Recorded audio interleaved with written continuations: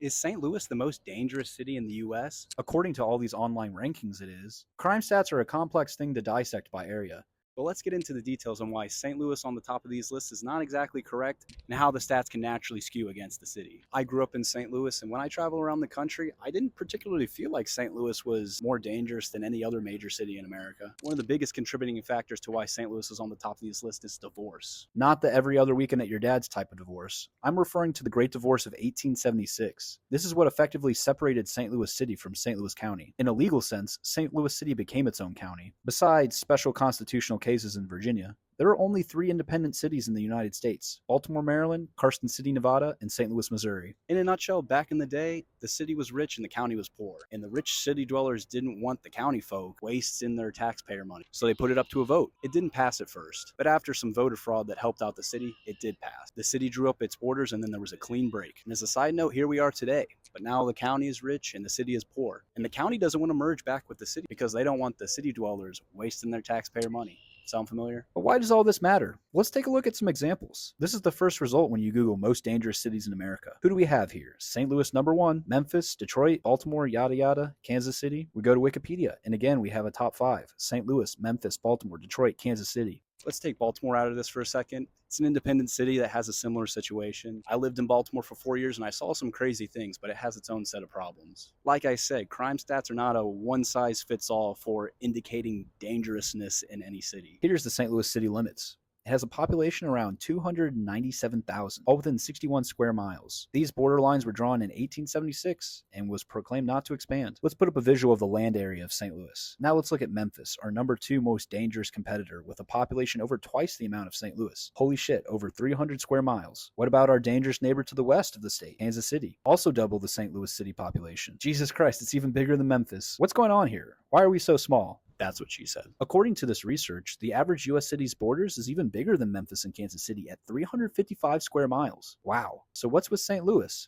Well, back in 1876, they didn't have cars. Crazy, right? So they were like, wow, guys, we have all this space now to just walk around or take a horse. And they agreed not to take any more land from the county. But then technology advanced and cars made it easy to get around cities. In the US, cities expanded because now it was easier to have a wider travel range and commute. Basically, every city in the US was expanding its city borders to keep up with this, except St. Louis. According to the same study earlier about the average square mileage of a city's borders, if we applied that to St. Louis today, it would have a population of around 1 million people. Applying this pretty much universal trend to the city, it would absolutely knock it off the top rankings of any dangerous city list. This doesn't fix crime, of course. Many articles speculate we would probably be somewhere in the middle of the rankings of all the major cities. Above average crime rates are not a problem unique to just the city of St. Louis.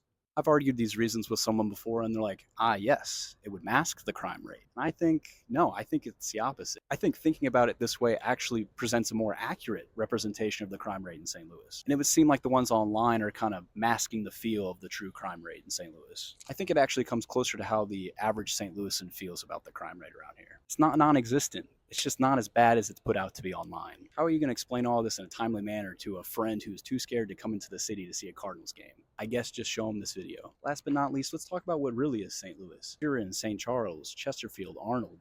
You're out on the beach on vacation talking to a stranger. You're going to tell them you're from St. Louis. That's considered part of the St. Louis metro area, which has over 2.8 million people. And when it comes to crime rate for metro areas, St. Louis doesn't even crack the top 50 in that list. How does that make sense? The number 1 most dangerous city in the world doesn't even break the top 50 for metro area crime rates? Yeah, it doesn't seem exactly right. So what can be done? Well, some changes need to be made. Reflecting a more accurate representation of the crime rate in St. Louis doesn't fix the problems, but it helps with the city's image. And image is really important. We want to bring more people and businesses to the St. Louis area, and financially, it brings more money into the area to build a community that can actually help fight the crime rate. There have been a handful of proposals over the years to merge the city and the county, but nothing's really materialized. The proposals have various pros and cons, and I'd love to talk to some representatives in the area someday about their take on the issue. Check out my St. Louis neighborhood bike tour videos on TikTok. If you're someone who is skeptical of the crime in the city, I hope these videos can show you some cool places that you might not have considered to go to before. Thank you for watching to the end of this video. Subscribe to my page on TikTok for more St. Louis content.